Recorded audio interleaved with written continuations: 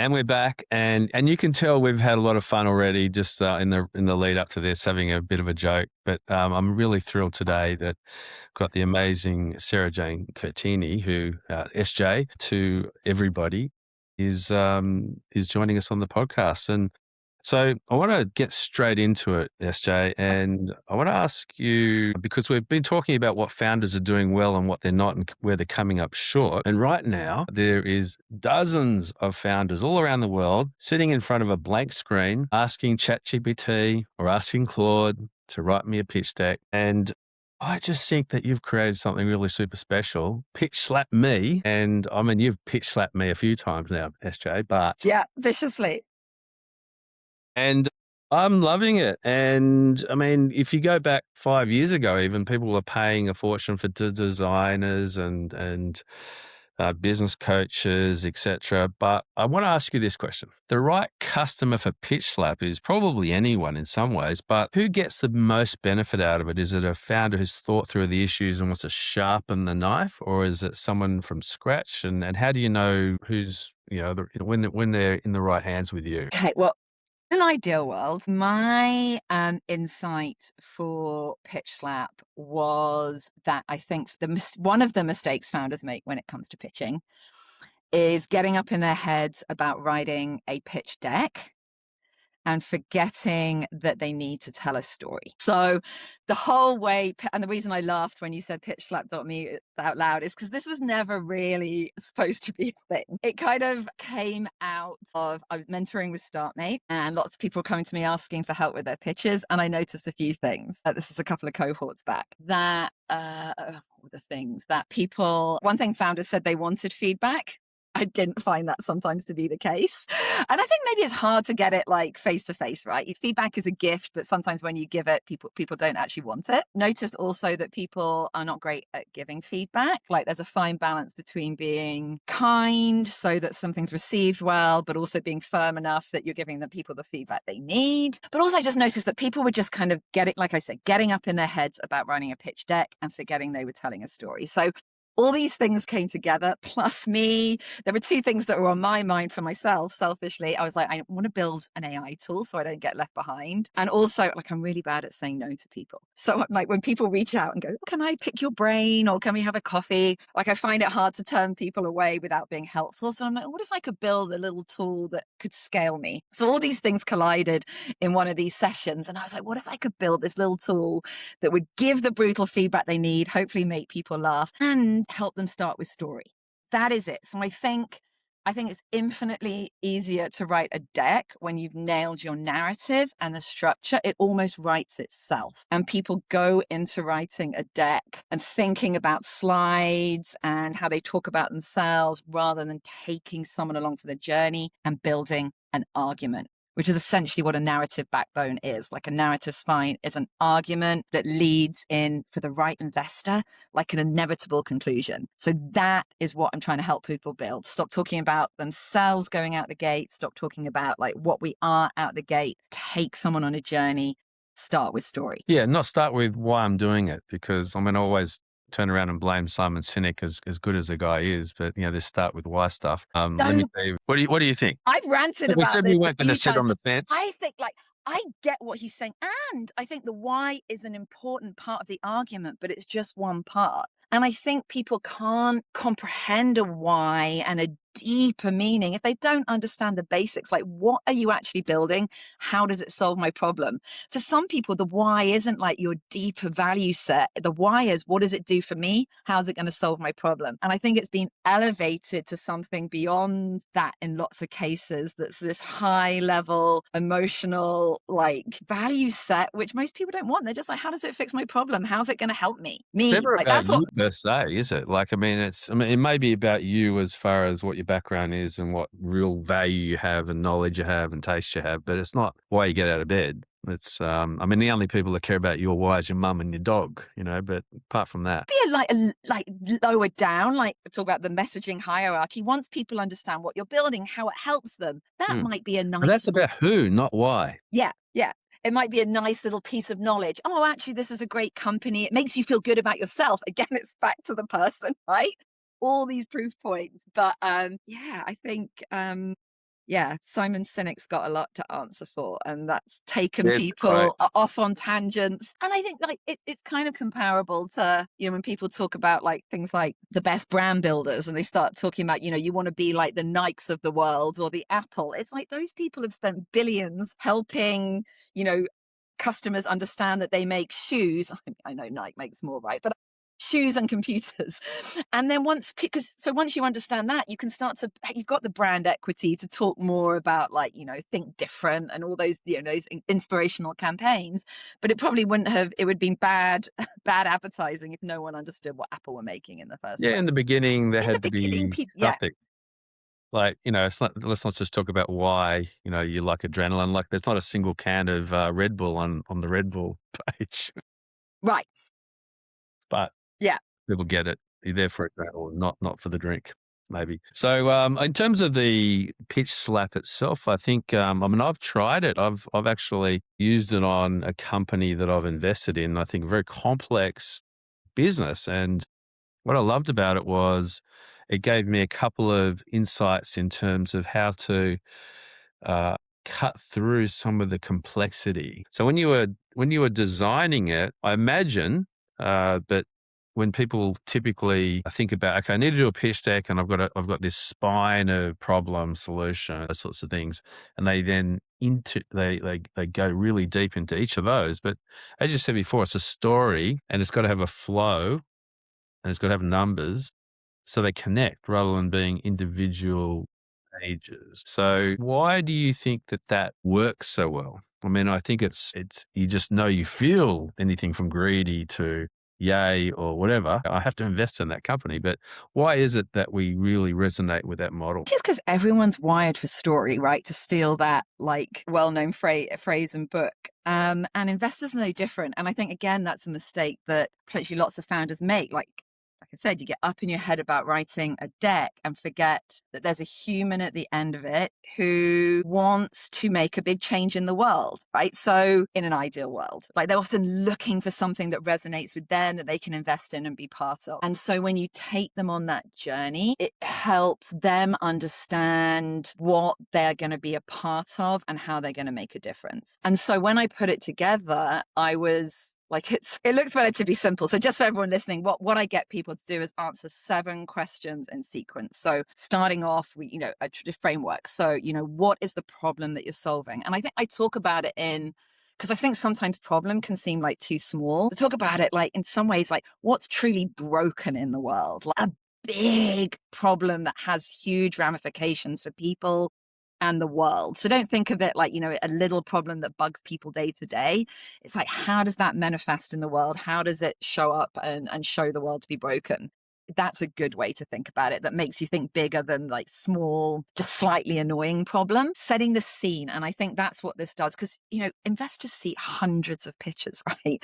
So they're jumping between context switching all day long. So the simpler you can make it for people to follow this story, understand what you're building, understand the context, the reason why, you're taking people on a journey. So starting with what's the problem you're solving? Why has no one else like solved it? Like that's the second question. Like, why does this still exist? What does the market still look like? Because often if you haven't nailed this, people build their own context anyway. So often the first question an investor will throw out there is, okay, well, you're doing this, someone else does this, why are you different and better? Like they're trying to piece it together in their heads. So if you can like solve that what's it called, objection handle on the way through, like this is the problem, no one else has done it because they're thinking about like this is how we are thinking about it, this is how we've solved it. That's a great like context builder on the way in. You're like taking them with the journey, building this argument.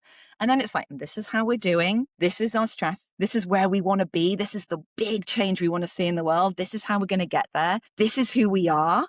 So again, once they've understood the problem, because I've got a strong opinion on, and I can be movable on this, but like the team slide should go last. So I'm like, once you've helped people understand what the problem is you're solving, what you're building, how you're going to get there, and then you land on, and this is who we are. And people are like, oh, well, this is why they are the people to do this, right?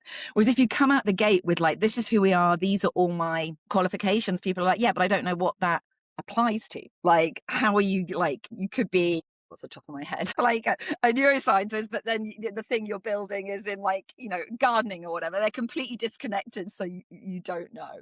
But I also do say to founders that there's some nuance, right? Like that you can just spike in one of these areas and someone probably will take the meeting. Like, so if you're an incredible founder who's got huge runs on the board, maybe you can break the order, come out the gate with that, and they'll just be like, I'm going to meet them anyway, right? Yeah. Because they're worth talking to. And I keep saying that, like, it's the other thing I try and say is you don't need to get everything in there. You touched on it earlier about how essentially it's easy to complicate, right? And I think it's almost Well, counterintuitive, people. It's really easy to complicate, especially around complicated things. What the real skill is in simplifying. So making something complicated seem simple, I think, is a real skill. And thinking about your pitch deck as just being like a bit of a dating profile, right? You don't need to say everything. You just need to get the meeting.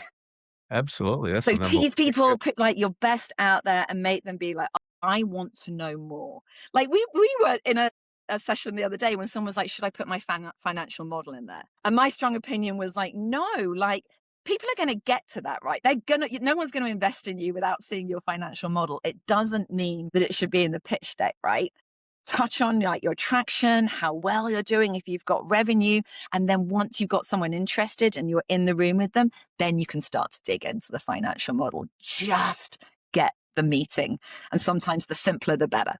Absolutely. I like to think that the deck and particularly how you've structured it and the questions you're asking is very useful for just building clarity as well. The story is one thing, but just the clarity is another. And I think that, I mean, we've just looked at, we had a top 10 in Melbourne for the Startup World Cup, reviewed something like 50 pitch decks. StartMate has sometimes 800 people apply. So there's a lot of people out there doing stuff, but the ones that get cut through, I think, are the ones that are super clear on what they're doing because investors don't want to work it out or assume stuff. And being able to have that clarity is just like a drug of addiction for investors, I think. Yeah.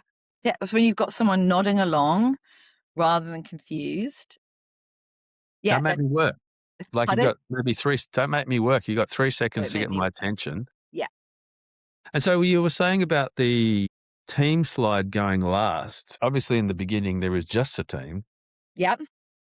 And secondly, with that many decks that are coming across investors, I mean, it's just so easy to build a deck now, but they're obviously often rubbish. So when you think about what you had to compromise or how you built the model, where is, in the first 30 seconds, some of your best punches, like, and how do you bring those out? Because like gaining the attention, because a pitch can either be the pitch on stage, it can be the deck that goes into the room without you. What's the difference in terms of how you think people decide to want more? How the people reading the deck decide to Yeah. want more. Yeah.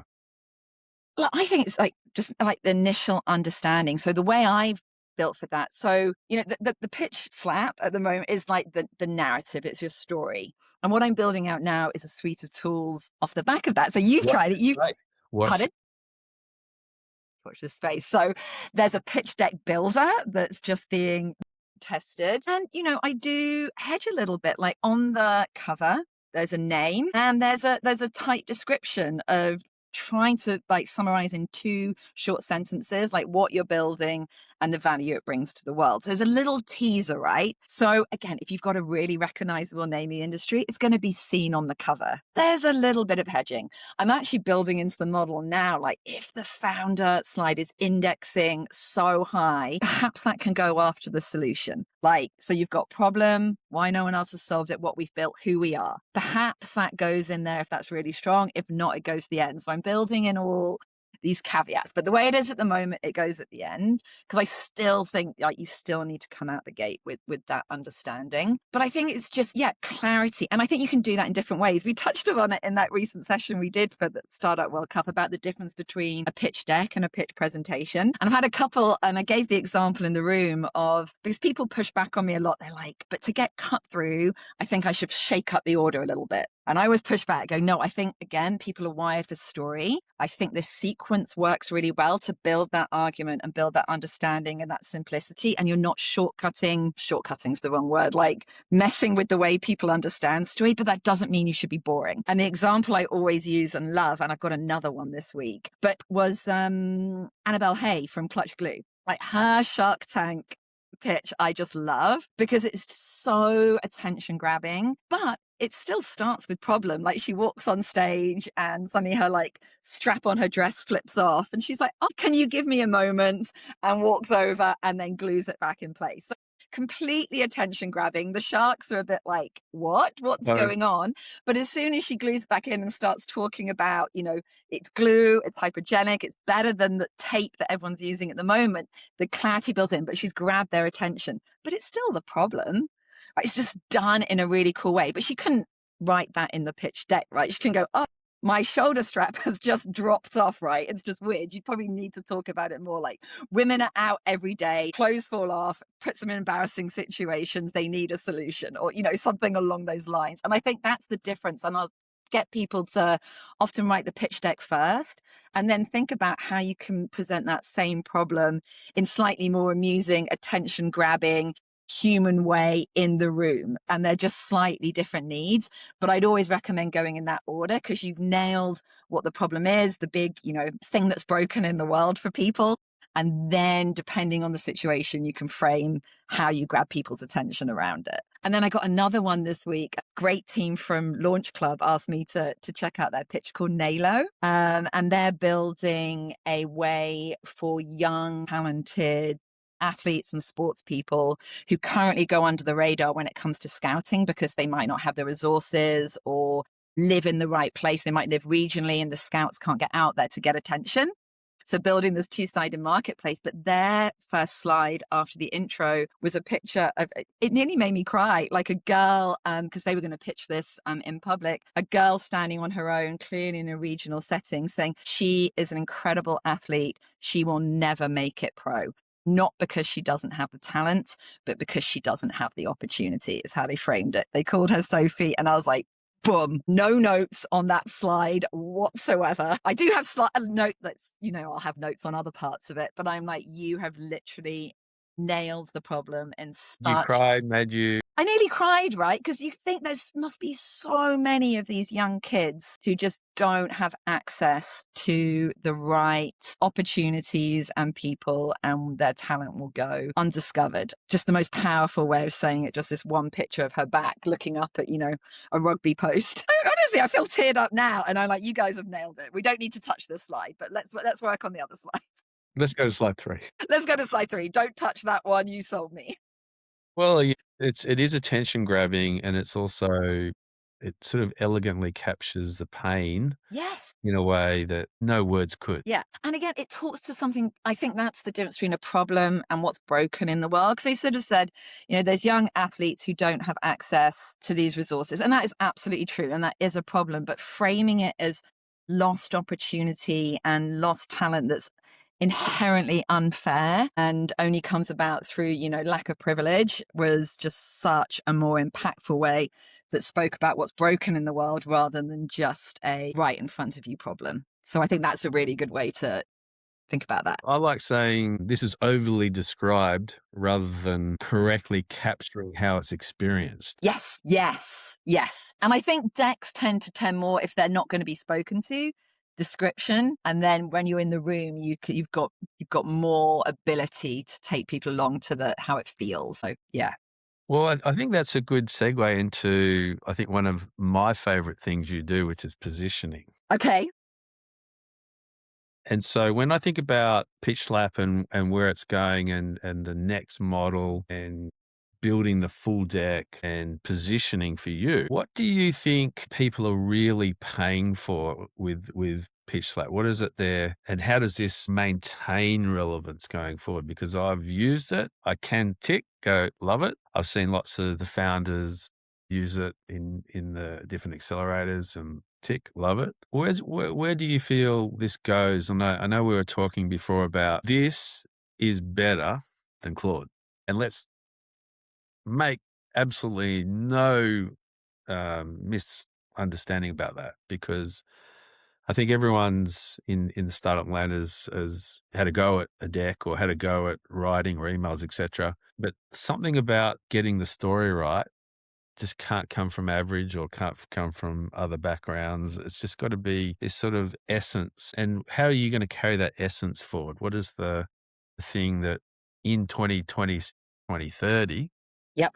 you think is the essence of that moat in Pitch Slap and or other wedges that you later build? I'm just going to have to be constantly on top of it. Like, I think all founders are going to have to be. And I think, for me, positioning, you've had this rant as well. Like, I think that the big positioning needs repositioning. Like, I think lots of people think, positioning is like a marketing tactic. And for me, it's like fundamental business strategy. It's essentially, you use the word moat, but what makes your product and business better and different to anything else out there? And once you've got that nailed, that's something you carry through into not only marketing in your messaging, but your product roadmap. Like, what are you better and different about now? How can you deepen that moat by being betterer and differenter ongoing? How can you pull that through to product strategy, your go-to-market motion, like stand out from the competition all the time? And so, not only were you having to position yourself against what's broken in the world and like what's fundamentally the problem, other competitors trying to, take on this space, but now Claude, right? And so people will say to me, like, I can get Claude easily to write my pitch deck. And I'm like, well, it's like tech founders Rebel. who are mostly who I help, like some of the most tech literate early adopters of AI in the world, and still getting their pitch so wrong. And I got asked about this the other day. And, my thing was always like, well, you don't know the start point. Like we touched on earlier, like starting with story is so valuable. I help you build that argument to start with so you have the solid foundation, which I don't think Claude does. It will often start with the input you put in, which could be wrong. So I'm helping you at that initial point. So to answer your question, which I think we skipped over, we're like, what are the best founders to get to you? I can help anyone at any stage, but the ideal one is people who go, I want to build a pitch deck. Where do I start? Because I'm like, if you start here, you're going to save yourself so many hours of wrangling back and forth and dealing with LLMs. So I got asked this the other day by an incredible investor, Airtree, Caitlin. We were talking about it. She's been incredibly helpful embedding this into programs with pathfinders and how to use it. But she was like, well, how are you better at Claude? And I think because I wasn't expecting her to say it, I kind of fumbled it. I'm like, oh, well, I know the right questions to ask. It's the right start point. But I could see her not quite like nodding along. And I'd always say, like, that's when you're positioning, you've nailed it, because you get people nodding along in agreement. And if you see a little bit of they're thinking too much about it, you haven't quite Little nailed. head wobble. Yeah, so I was like, right, okay, well, this is I've got to nail this for myself because this is what I say I do. And doing I'm it for asking you about yourself your positioning. Like, you is help always the everyone else most with difficult, positioning. right? It's so difficult to do for yourself. But I'm like, right, okay, I'll change the question that I send out to everyone who does pitch slap to really get tight on this. And immediately the answers were coming back in. They were like, I asked Claude how good my pitch was, and it told me it was great. It was not. Right. And then I asked Claude, I was like, this is the feedback I've got from founders. Why can't you nail it? And Claude gave me about 10 reasons. It's like, because we average out all the advice there. So we're giving a really averaged out. God, I wish I'd got the prompt I used. Give 11 reasons why it wasn't doing a good job. But that was the key one. Like, we're looking at the totality of advice out there, and they could maybe narrow in on what are investors looking for today if founders only knew what to ask it, and they don't. So I think that's it. Like, I've been there. I talk to investors every day, talk to people that I know what they're looking for, and I want to help. So I think that's it. And that's what I need to bring in more. And I think it's having that strong point of view about what works, which founders don't have yet often in the early days. They're not 100% clear on what, investors want to see, the things they're looking for. I'm bringing that to them. So that's something I'm going to have to rework my homepage this week, how to bring that in. But it's having that strong point of view. I'm like, start with story. That's my strong point of view. Once you've nailed that narrative backbone and your argument, everything else flows from there. Don't complicate. Make it easy. Don't overload them with information. No more than 9 slides. That is what my pitch builder is capped at. I'm like, everyone I speak to, they're like, I don't want to see more than 10 ever, right? I'm busy. I don't have the time. Just keep saying, but mine is so complicated. I need more than 10. It's like, no, you just haven't done the hard work of simplifying it. Yeah. Let me help you do that. I haven't found one yet that I cannot nail in 9 slides. I agree. And so that's it as well. So these strong points of view I have, I'm that whole like strong opinions loosely held. I'm very open to seeing how things change. I'm hearing at the moment how lots of investors in America only want a one pager, right? How to compact that argument into like a one-page PDF. So I'm looking at, can I start building that out? Can I build this pack where you have a deck and a one pager? I'm thinking about all these things because I've got my ear to the ground, which often founders, they're so in their business that they haven't got the capacity to find all this nuance out there about what it's. So I'm like, let me do the hard work for you, right? That Well, Claude isn't able to do. if it is 9 slides, I mean, the reality is people are doing that because they're used to turning the page or they're used to hitting, like, next. But the reality is it's 9 bullet points. Like, it's 9 bullet points that fit on 1 page. Well, I give, like I said, there's 7 questions. I give them a cover, our slide for when we're actually building the deck. That's But then about it's it. just one question, one slide, contracting it as much as You can have possible. watermarks on the slides, that's got rid of 1. But yet having a strong point of view. And I think that is what enough people don't, just generally It's just conviction, with isn't it? AI, right? Like people are outsourcing a strong point of view to AI. And it's like, no, you cannot outsource your thinking. Once you've got it, you can absolutely use AI to amplify it, distribute it, figure out potentially different ways to get it out there. But you need a strong differentiated point of view. And I think I have that with PitchLab. So I'm feeling pretty good about it. Me too. But I think that, if you go back 5 years even, people did a pitch deck and they said, "Now I've got the pitch deck, now put that over there." But I feel like the pitch deck is the constant a good pitch deck is a constant chance to iterate on telling the story better, because you need to also recognize it's not just a story to investors, it's a story to your team, it's a story to your customers, it's a story to even your mum, right? I mean, I was saying this 5 years ago, like the storytelling is one of the most important things a founder, anyone in business can learn. Well, I was at we were Influence. both at Sunrise, right? And one of my favorite sessions was the I can't remember the name. It was the early seed investing. It was Nikki Shavak was there, Maxine Minter, and Danielle from the 1517 fund, the Oh, yeah. teal. And they were talking about like, and I think this absolutely illustrates some of the misunderstanding about being founder first. Because they were talking about like often early stage, all you've got is the founder, right? Like that is it. But I think, and Danielle talked about this, some of the traits they look for in founders. I thought it was just so fascinating. And the one that got the biggest headline was around this dog on a leash energy that they're looking for. And I think people love that because it's so visceral, right? They're looking for who just cannot run fast enough, right? They're trying to get off that leash. Like they've got so much to do and they're held back just by time, resources, support, often capital. So they're looking for founders who have that energy and they want to like cut that leash and let them off it and let them run at it. So that was one. And I think everyone understands that. And I think that, but I think that's what people think when we're looking for founders. And that's the main thing, like unstoppable, like energy. But if you listen carefully, like the thing that Nikki Shavak said was that clarity of communication is also one of those skills that is one of the most important skills in a founder. And then Danielle actually backed it up. She was talking about this concept of hyperfluency. And that, like the way they talked about it was this being able to geek out with the geeks and then explain what you're able to do to your grandma, Absolutely. Oh, mum. mom, whoever it might be. That I think people don't like, they'll think founder, like you just need brimming energy. It's no, you don't. You need to be able to, you're attached to an idea. It's not just a founder in isolation. Like I'm super energetic. Let me at anything, right? That you want them like pointed at a problem. They might not have the exact way they're going to tackle it right yet, but they need to be able to you need to be able to believe that they're attached to that problem. They understand it. They can communicate it on what they want to do in the world. And I think that's such an underrated skill and how important it is.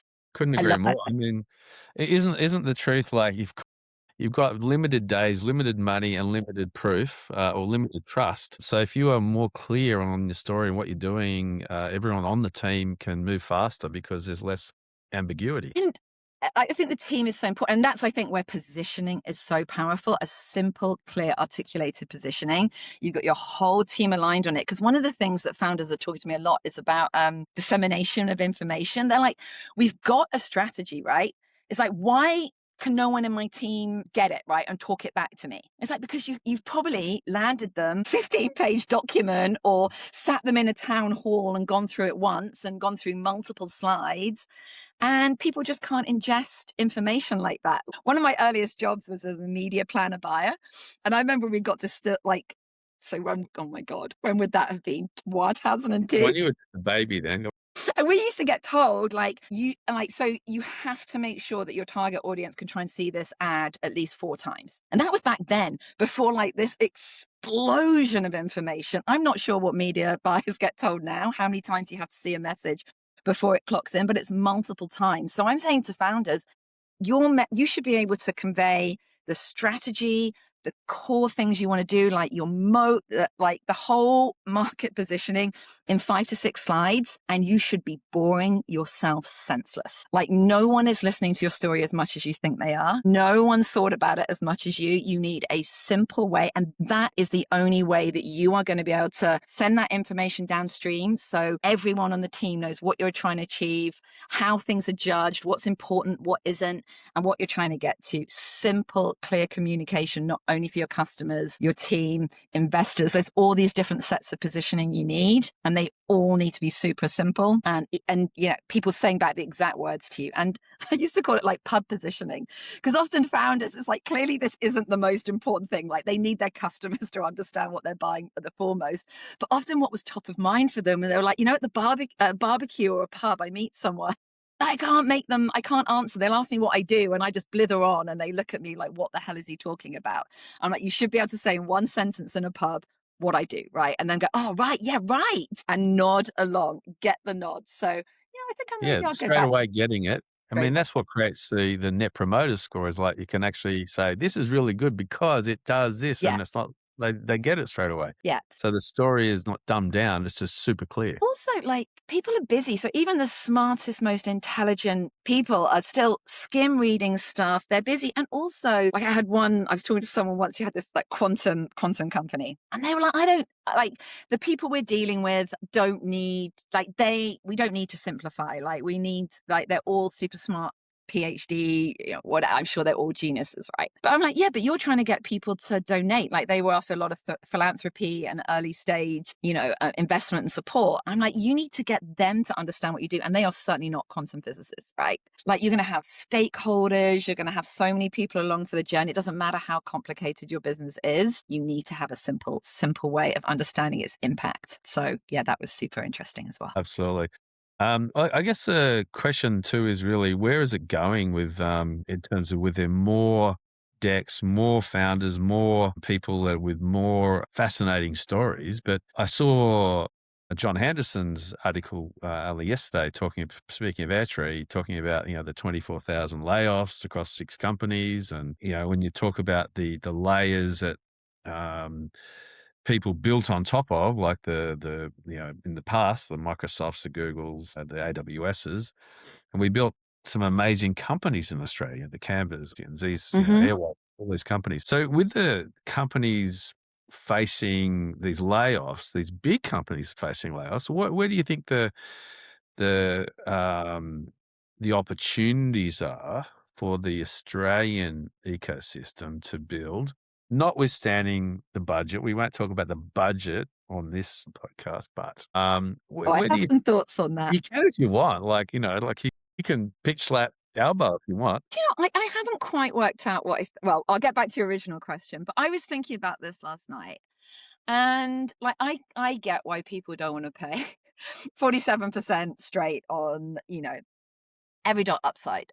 I didn't like some of the posts that put out there, because I think it fundamentally it made some people look like they didn't understand what tax is for, right? And I think, I see that point. Yep, and here's something I haven't talked about before, that building a company is tough.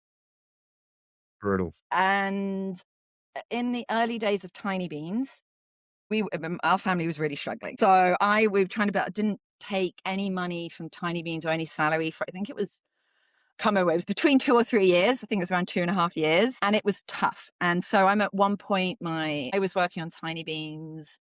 part-time. I was doing some social media, like community So you're management doing 2 jobs to fund on the side. something. My husband was working part-time so he could be around. Our kids were small, so be around during the day. He was working some night shifts at a bar.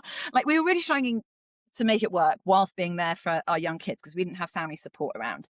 And childcare was a really fundamental part of that. And at one point, because our income was so low, I think I was, and I meant to dig it out today, try and find the receipt from my kids' preschool. I think we were paying about $20 a day for them to go all day to preschool, funded by the government, right? So the delta, which I think it was around $110 a day, was picked up by the government because we didn't have much income at the time. And so when I exited from Tiny Beans and I wrote this quite nauseatingly big check for the ATM, I sat and thought about that and was really happy to pay it because I think that the investment isn't the only way that supports startups. Like, the safety nets we have in Australia are also an incredible way that founders can get supported in ways that other countries don't have.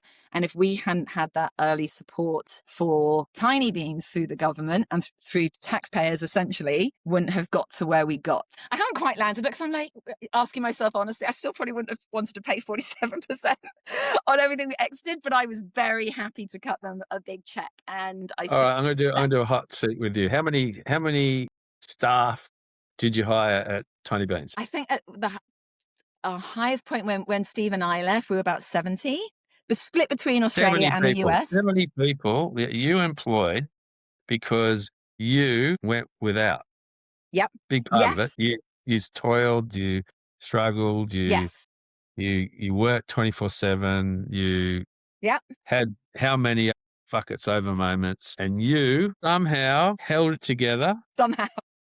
somehow, and you got a reward called a discount capital gain. Because I think everyone in Australia that's earning income needs to pay tax, no doubt about it. It's like an absolute non-negotiable. We need hospitals, schools, nurses, Sure. all of the things that, provided. Like, it's not a question of A or B, should we have support or not have support? We have to have support. But the question I think that the founders were in jest in some way, but also because if someone didn't say something, it just gets ignored as if Yeah. it doesn't matter. Yeah. I like the conversations that people are wanting to take the conversation to Canberra and talk about having thresholds in place. I think that's a really not like, allowing founders to have a big exit, but capping it, like people talking about a 20 million at the old rate, up to 20 million. I don't know. I think that's a good conversation to have. But I just thought it was a different, some of them just seemed to forget what tax was.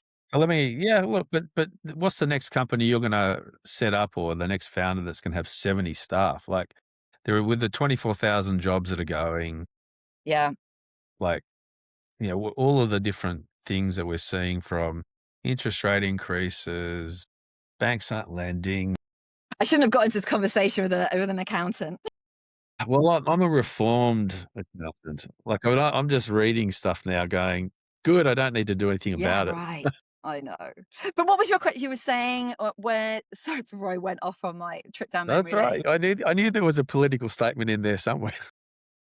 You say where are we going in terms of hiring? Well, I think that, do we wanna finish on, rather than just leave it? Right, go on. So the people like Frank Grief and pretty much everyone, I've seen everyone from our mate Adam from Aura, and he's got Albo. Everyone's got Albo, asleep at the dining table and whatever they've got.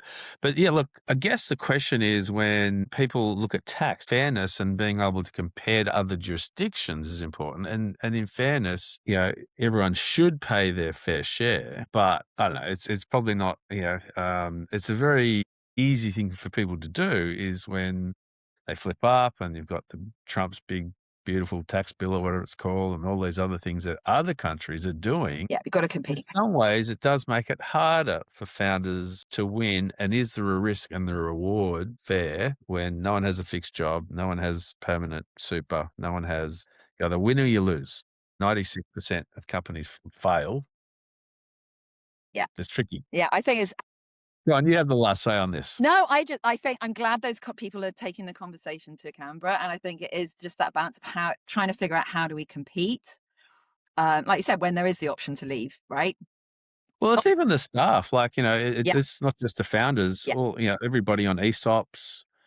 I found it really interesting that VCs got to convert um, their ordinary income, which was carries and stuff like that, into capital gain, even though obviously it'd be subject to capital gains tax rules. Investors, but what are the people actually create most of the value, the founders, and they didn't get a lot of sleep, if I remember. I did not. Like, and like, I mean, you say you had help with the childcare, but what about the aftercare or There were like lots and lots of late. psychiatric help there? Yeah. So Founders? I completely appreciate it's a balance. Yeah. Just some of the like those insinuations that the government's just sitting there doing nothing with your tax dollars. No, of Yeah. course they're not doing nothing. So yeah, yeah.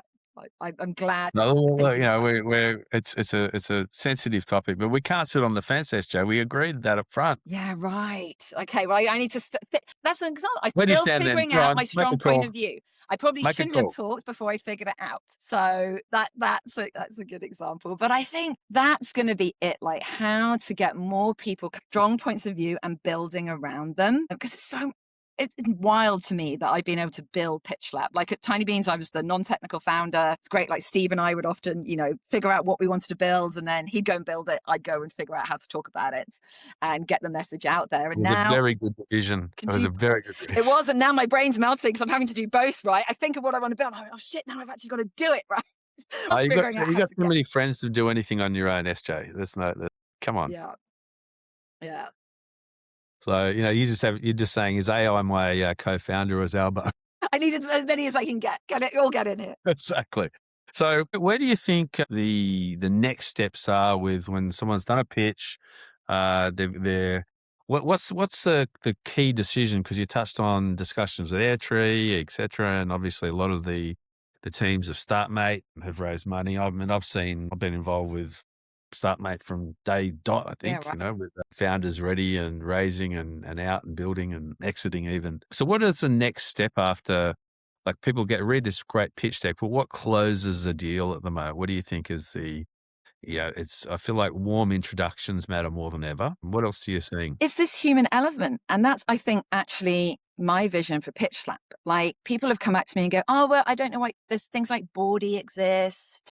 Body AI, like not exactly the same, but connecting people, giving feedback. And I'm like, I think my gut instinct is going to be a place, and this is what I'm putting my eggs all in one basket for, is this mix of AI and human touch. So I'm looking to put out there like a mix of like PitchLab is AI generated tool. I've inputted it, but then all these opportunities that if people do just want a human to help them through it, to be that human, that trusted human who will have their back. And I think we're seeing that more. Like people just cannot keep up with their inboxes. I've written to people trying to make introductions that I know really well, and I'm just not hearing back. And I know it's not because they're ignoring me. It's because people are inundated. So more picking up the phone, more in-person events, more grabbing attention. It's just essentially more ways to stand out, which is positioning at its core, right? In lots of different ways, through relationships, through everything. So that's kind of where I see it going. It's almost like these hybrids, like AI being a great tool,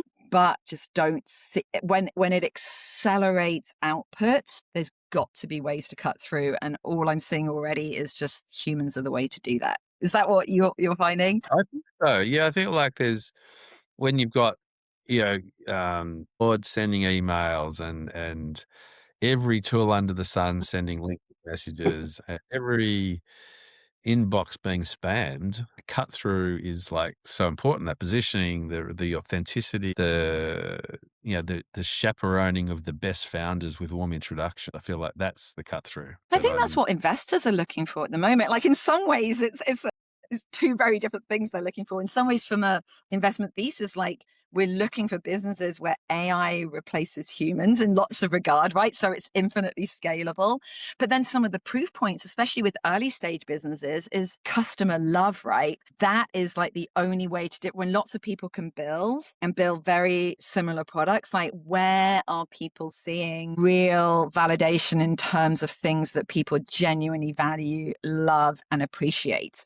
So that's what I'm getting people to put in there, like, especially for the early stage around those traction slides. What are the strong signals you've got? And often that's customer love. How can you represent that in the most powerful way? Because otherwise, what's the difference between a lot of these things? Again, the investors are trying to get their head around what is the difference. And if they see a huge outpouring of customer love for something and huge reaction from the market, that's where they're going to like start to follow and get more interested. And so building that in, it's not just facts you put in a pitch deck, it's proof points. Like, again, to go back to my argument, this is the reason I'm building it. This is what I've built. This is what customers are loving about me and my approach. So yeah, building that solid argument. I think that's exactly right. And I think that that is the enabler of things like the positioning, but also the proof ladder, if you like, where people will actually Yep. use what's being built. So great story, but is it good? Does it solve the problem? Yeah. And that's actually another really great thing about building a pitch deck. Because some people, like, I think people have this slight miscomprehension that you build a story is something you make up, right? And I'm like, no, in business, it's like, that's why I call it narrative often more than story, because it's like you can only talk around what you actually have. And sometimes pitch deck will be like, I've talked this up as much as I can, right? We built this narrative in the best light possible. You're never going to get invested like in at this point because you're missing this. You're missing that. Often, like pitch slap now, I've built so it'll put placeholders in, right? You need this in there. Next, I'm going to look at how to grade it.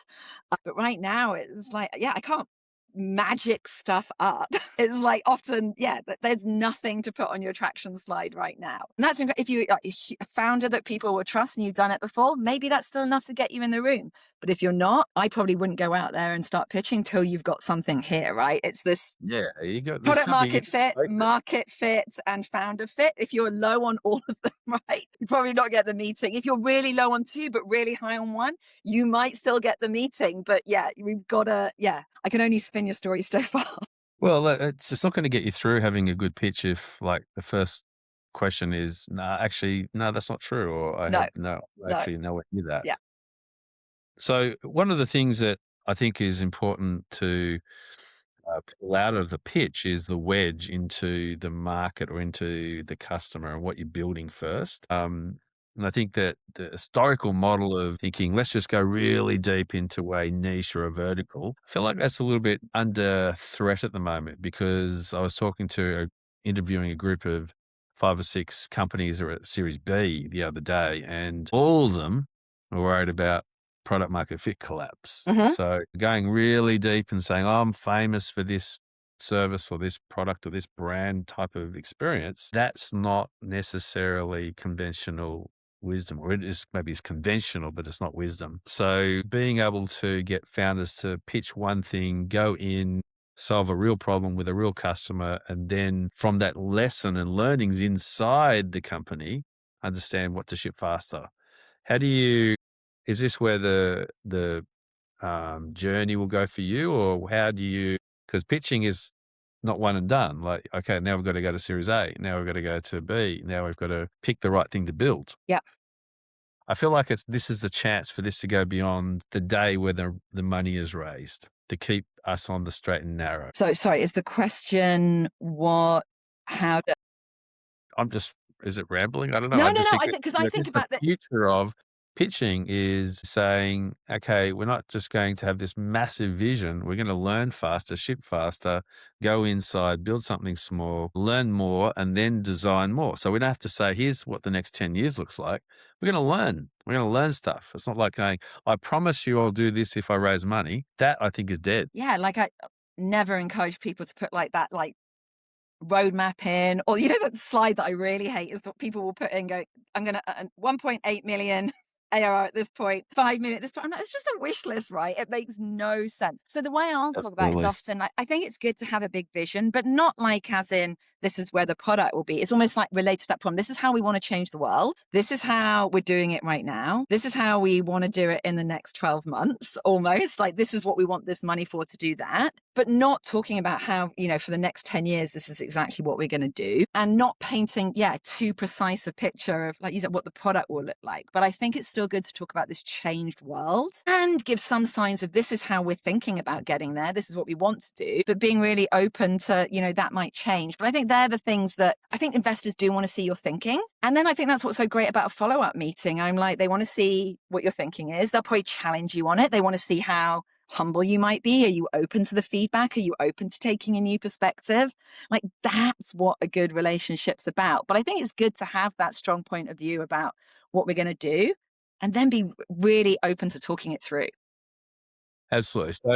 So if I try and narrow it down to two things, which is we talked about, things like we got to get people to use it, stay, pay, but really in business, I think there's only three major things that are important. There's a margin, retention, and customer satisfaction. So when you're guiding people through the process of pitching and building, how much are you in one of two camps or both on what the difference is with people is taste or is the difference knowledge? And I think there's two different schools of thoughts on what is going to give that moat at the moment. What, the founder having taste or knowledge? Yeah, the founder having taste or knowledge because this is where we're going. This is what's going to stand us ahead of Claude or ahead of any other thing coming at us, or this agentic layer of Mm-hmm. agents, whatever it is that is going to keep us relevant, keep us allowing us to charge enough, allowing people to stay and build loyalty, and ultimately get the job done. Yeah. I mean, I think it's very rare founder is thinking like that. And I think just even being like, which is, and so the ones that do that are thinking in that way, like rather than like, what am I building? It's like, how do I stay ahead? How do I keep being different? That's an incredible skill to have. It is.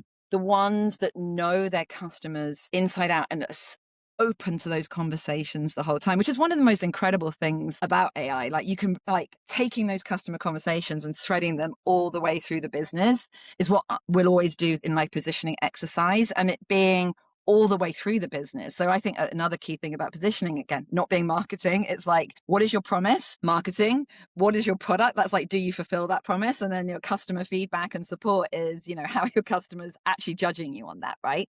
And so threading, like trying to get all those data points out through all those go-to-market motions and thinking about laddering those up to having a defensible strategy in the age of AI is what I'm trying to get lots of founders to do at the moment through positioning and try and stay ahead of it, and be willing to address it every 3 to 6 months, right? I think so many people think positioning and figure out what your motives is like one and done, and then just staying on that path. It's like, no, if any of the things that make up positioning changes, market conditions, the way your customers think, like features you're building changes, you're going to need to address how you tackle it. So getting people to think this is an ever evolving challenge, the best founders are the ones who see it that way, rather than just like, no, we've made the decision, we're staying on this course. I've got the taste, I've got the knowledge, or whatever it might be, and not being willing to look at all the other influences out there that might change that and they might be right at this point in time, but it could change so quickly. And the best ones are the ones who are really, really aware of that.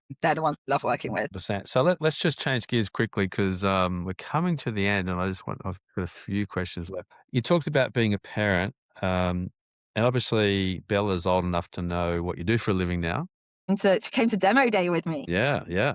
And so what's the thing that you think that she's going to be the proudest of that you've done? And what's the thing that you're going to have to apologize for? I know those so clearly. I think the proudest thing she's done is seeing like her mum go out there and do incredible things. And I think she's also really proud of like her parents together. We talk a lot about the things she's seen us both do. I touched on it earlier, saying one time I was a stay-at-home mum, part-time job, then my husband switched. She's seen both of us do both things. I remember she was at school one time and they were asking about what's the best thing your mum makes for dinner. But my mum doesn't cook, but my dad's amazing, right? Love And it. like, I think she was really proud of that, having slightly different alternative parents who've tackled things at different ways and different times. And the thing I'm having to apologize for right now is my use of AI. Like, that generation is so hyper aware of what you touched on, like, the lack of promise of stable jobs, the climate deal they're being landed with, how AI impacts that. Like, we've got around the fact that I use it as a fundamental part of pitch slap and scale feedback. And she sees that that's almost contained. She gets really irate if she sees me like using it in lieu of Google. And so, yeah, I think how we use AI as a It's a pretty generation, we're gonna big have to it's be pretty big. Between robots and AI, yeah. there's It's gonna be just some all fact. the mistakes, like, I think that, like, her generations can right about the things they see older generations leaving for them in terms of politics, in terms of, things going backwards, in terms of all the racism, homophobia, all these things that we thought they're helping suddenly seeming to be reversed in the world. Like, it's worrying what the older generations are leaving them with. Thanks. Now we have this last thing that we do, which is called the lightning round, and I'm just gonna ask you a few questions. I could go forever here with you, but I just wanna get the 1 or 2 words. First thing Okay. that comes to mind, God. no fence sitting, no fence sitting. Okay. Okay. So, and I do wanna ask just one question about tiny beans but we're not gonna go into all the detail. Okay. What was the one moment, the exact moment that you thought that tiny beans wasn't gonna do what the prospectus said? When we thought it could all was this, I guess, early on when we weren't getting, we couldn't find the right investors early on. That'll do. Often there's a big problem. Let's leave it at that, no fence sitting. Okay. Is there an Australian female founder that you'd back tomorrow with your own money? Like, I know that we're both fans of founders, but Yep. I know that you've also got a little Yeah, I'm slight looking at potentially. There's a site called Tap the Gap, which I really love, Lucy Kopp, and it's trying to solve the disparity women retiring with less super than men. nice. You're seeing all those pitch slaps? Mhm. Any that you go, holy wow, that you'd invest in as well? Are you seeing really good ones come Seeing out the other some end? great ones. I talked about the guys I met last week who are building that, how to get like talented young kids into sport. Yeah, Love that one. Yeah, there's a whole heap. That's what I need to build out at Pitch Lab as well, this engine, because I'm getting them right at the beginning, right? How can I help see them through and potentially invest as well? So that's another stage love of it, Pitch Lab. love it. And last question, your guilty pleasure. To end of the day, just collapsing on the sofa and watching nonsense on TV. This Is Us. I just sometimes watch This Is Us on repeat. I find it really therapeutic. It's my favorite TV show. Love it. Well, SJ, you've survived Epic Executions podcast. Amazing. I consider myself pitch slapped. And I just want to thank you for all the outstanding work you do across the community with all the founders, with all the investors as well. You're an absolute treasure. And thank you very much for not sitting on the fence. I'm not very good at that. And thank you again for being part of the show. Total pleasure. Total pleasure. Okay. Thanks, everyone. See you in the next ep. Okay. Bye.